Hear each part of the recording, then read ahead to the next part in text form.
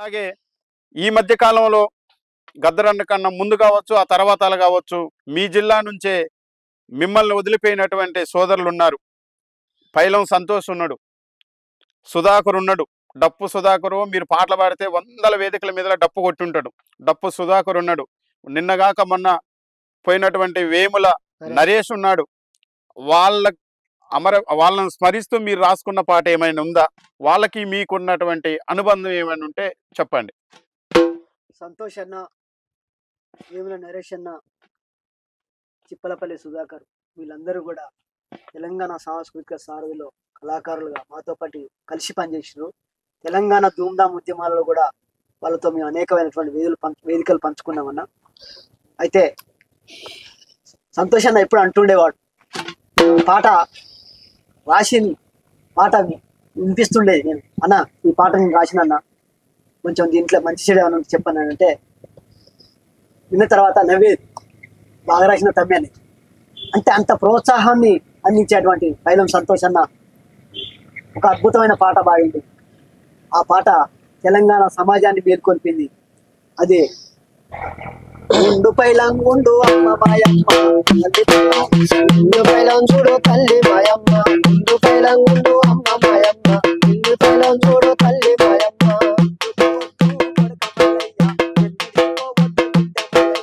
వద్దు పోవద్దు పడక మల్లయ్య, నన్నిడిచిపోవద్దు బిడ్డ మల్లయ్య. ఈ పాట తెలంగాణ ప్రజల వలస బతుకుల పైన, వాళ్ళ జీవిత చరిత్ర పైన, వాళ్ళ బతుకు జీవనం పైన గోదావరి సీనను రాసిన పాట. అద్భుతంగా ఆవిష్కరించగలిగినటువంటి గొప్ప కళాకారుడు, కవి అన్న పైలం సంతోష్ అన్న. ఓకే, ధన్యవాదాలు. అట్లనే మీ జిల్లాలో మీతో కలిసి పనిచేసినటువంటి సహచర కళాకారులు మీ నుంచి దూరమయ్యారు, వాళ్ళని స్మరిస్తూ పాడావు. అట్లనే గద్దరన్న కన్నా ముందు తెలంగాణ యావత్ ప్రపంచాన్ని పాటతో ఏకం చేసినటువంటి సాయి చంద్కి మీకు ఏమైనా సంబంధం ఉందా? ఉంటే ఎలాంటి సంబంధం ఉంది? ఆయన మీద ఏమైనా పాటలు రాశారా? నేను చెప్తా, చెప్పండి లక్ష్మణ్ గారు.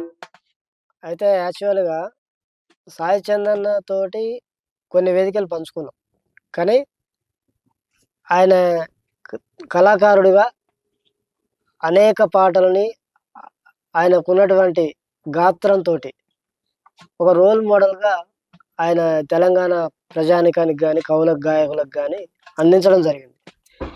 కానీ ఒక సందర్భంలో ఏది గోరటి వెంకన్న గారు రాసిన పాటల్లో అన్న వాడిన పాటలు కొన్ని ఉన్నాయి ఒక క్యాసెట్లో. అందులో ఆ క్యాసెట్ నుంచి ఈ తెలంగాణ ప్రజలందరూ కూడా కరువుతో విలవిలలాడుతున్నారని చెప్పేసి పాడండి. ఏం మారింది అని చెప్పి ఆ సందర్భంలో పాడండి. ఏమి మారను రా మన పేదల బతుకులు ఎందుకింత హీనంగున్నవిరా, ఏమి మారను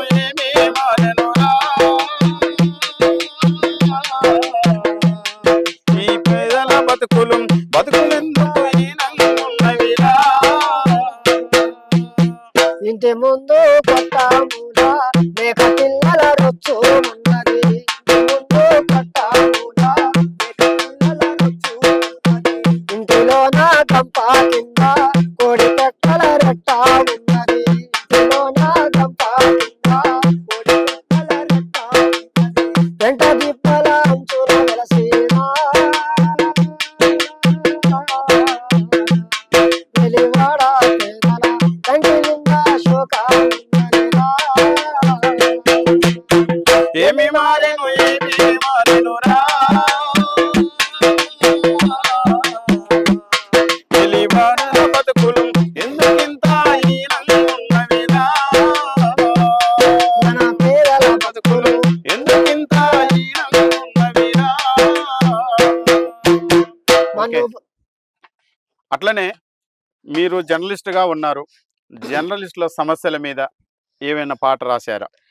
అన్నా నేనైతే రాయలేదు. ఓకే. వాస్తవంగా అనేక సమస్యల మీద జర్నలిస్టులు అనేవాళ్ళు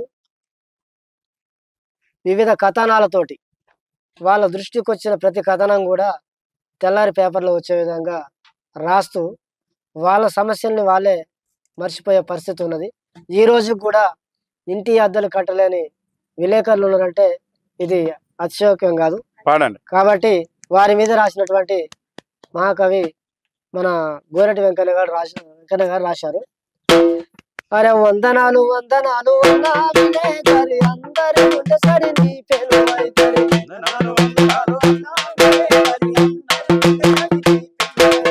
అక్రమాలపైన నీ ఆలోచన గురి అన్యాయం మెడకు నీ అక్షరం మెడకు నీ అక్షరం అన్యాయం మెడకు నీ అక్షరం అడవుల రాలి నా పూల కథలు రాస్తాం అడుగడుగున పేద వల్ల ఇతరు చూస్తాము అడుగుల రాలి నా పూల కథలు రాస్తాం అడుగడుగున పేద వల్ల ఇతరు చూస్తాము వాసం వేస్తాము నీ వాసం అడిగి వేల టోల నిలదీస్తాము. వందనాలు వందనాలు విలేకరి అందరి గుండె సడి నీ పేరు వైఖరి. అక్రమాలపైనే నీ ఆలోచన గురి అన్యాయం మెడకు నీ అక్షరం అన్యాయం మెడకు. ఓకే, అన్యాయాలపైన గురిపెట్టేటటువంటి కలం విలేకరిది. ఆ విలేకరి చాలా కష్టాలలో ఉంటాడు, కానీ ప్రజల కష్టాలను రాస్తాడు, తన కష్టాలను ఏనాడు చెప్పుకోడు. ఓకే, చక్కని పాటని మా ప్రేక్షకుల కోసం వినిపించినందుకు మీకు ప్రత్యేకమైన ధన్యవాదాలు తెలియజేస్తూ